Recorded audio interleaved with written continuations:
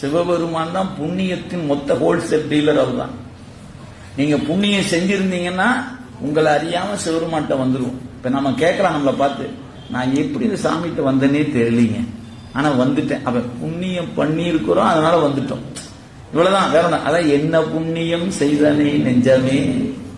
சும்மா சொல்லிட்டு போனாரா திருஞான சம்பந்தர்? சும்மா உபச்சாரமா, சும்மா பேருக்கு தானுங்க, அப்படிலாம் இல்ல. அப்படி சும்மா பாடிட்டு போவோமே, அப்படி பாடிட்டு போனாரா என்ன?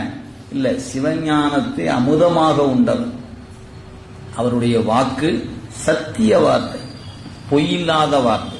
எனவே நாம புண்ணியம் செய்திருக்கிறோம் அப்படின்னு எப்படி கண்டுபிடிப்பது அப்படின்னு கேட்டா, இந்த பிறப்பில் நான் சிவபெருமானை வணங்குகிறேன் என்பதுதான் நான் செஞ்ச புண்ணியத்தின் அடையாளம். எங்கிட்ட இருக்குது. அது புண்ணியம் காரணம். அந்த புண்ணியத்தினுடைய காரணத்தினால வெளிப்படுகிற காரியம் என்ன அப்படின்னு கேட்டீங்கன்னா, காரியம் சிவனடியாராக இருப்பது. நாம அந்த வகையில பார்த்தோம்னா ஏதோ செய்திருக்கோம். என்ன செஞ்சேன்னு தெரியல, எப்ப செஞ்சோன்னு தெரியல, ஆனால் செய்திருக்கோம்.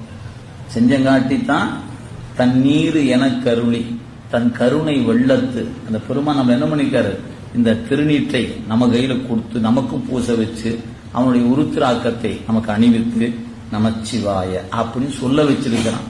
இல்லைன்னா என்ன பண்ணிருப்பாருங்க, சொல்லாத கூட்டத்துல கொண்டு சேர்த்திருப்பார்.